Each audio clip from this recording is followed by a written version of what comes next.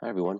Here's a quick little video on discussing the difference between vector artwork and raster artwork or raster images, and what type of programs we can use and why we should use vector artwork versus bitmaps.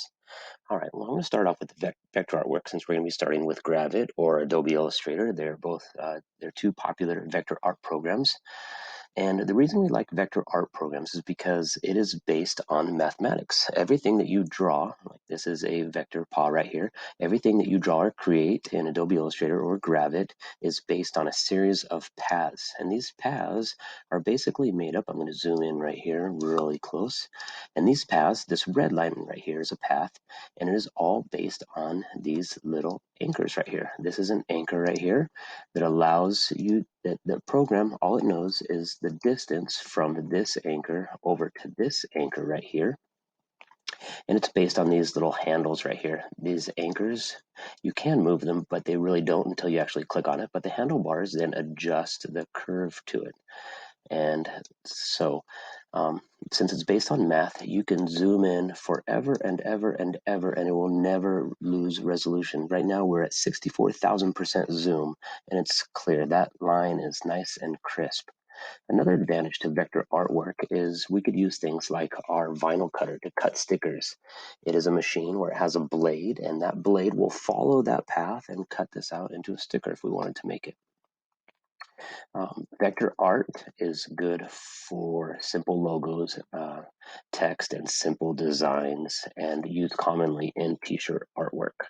Now, for vector art, the most common file types are EPS, encapsulated PostScript, SVG, scalable vector graphic, or AI, Adobe Illustrator. All right, so that is a vector artwork based on mathematics and paths. All right, so let's talk about something that you're probably more used to is raster images or bitmaps, or basically just a picture. Now, raster images are usually JPEGs, PNG, GIFs, or PSD, which is a Photoshop file.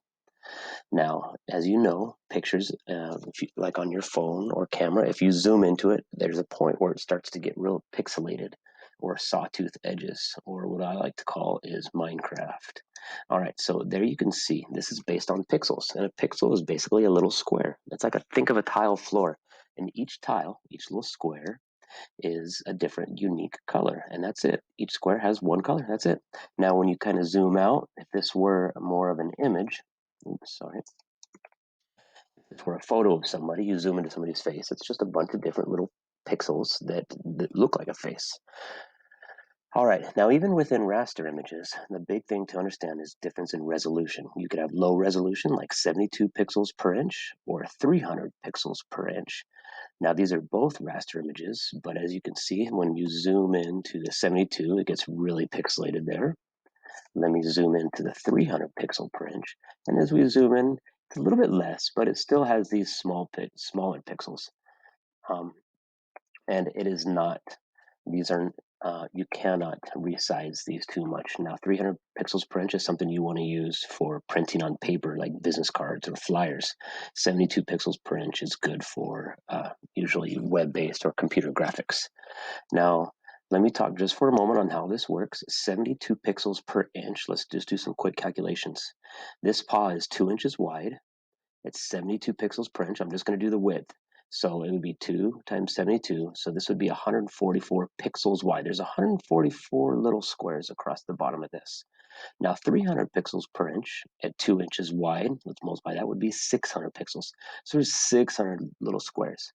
So what you also need to understand about raster images and bitmaps is when you are using things for websites and emailing people, you know that when you go to a website, you're basically you're transferring information from one server to your computer.